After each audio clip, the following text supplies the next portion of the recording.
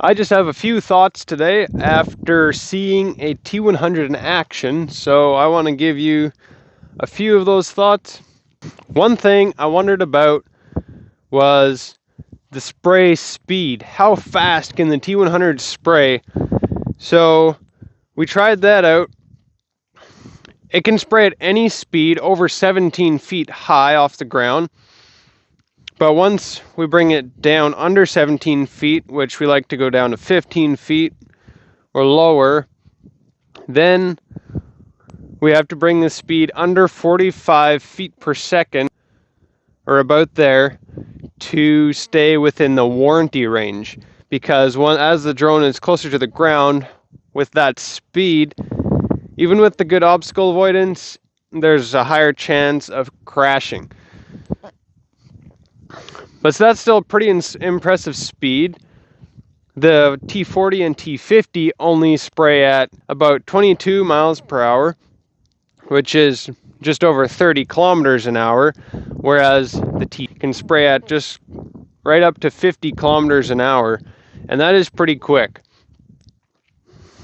Another thing that was nice to see was an improvement in the turning. So the T40 and 50, when they came to the end of the field and needed to turn, they'd kind of slow down, hesitate a bit as they turned.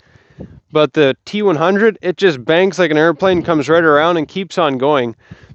That's going to make more efficiency, and it looked like it also did better in turning the spray nozzles on at the right time so that there will not be misses on headlands.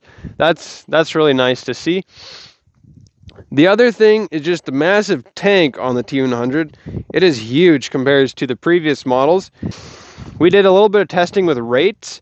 I was curious, on a full mile field, can we go 2 gallons an acre and 26 or 27 feet wide and do 2 rounds? We did, but it was barely. The drone battery was almost empty coming back, and so if you wanted to do that, it would be nip and tuck, but it could be done. Where the T100 really shines is doing over 2 gallon an acre work. On 3 gallons an acre, you can do a full mile and do a wider swath, like a 40-foot swath if the wind conditions are right, and you could cover a lot of acres that way. So I think it's going to be a pretty good machine. There's a lot of other perks to it, but those were some of the main questions I had, and I had them answered. That was really nice.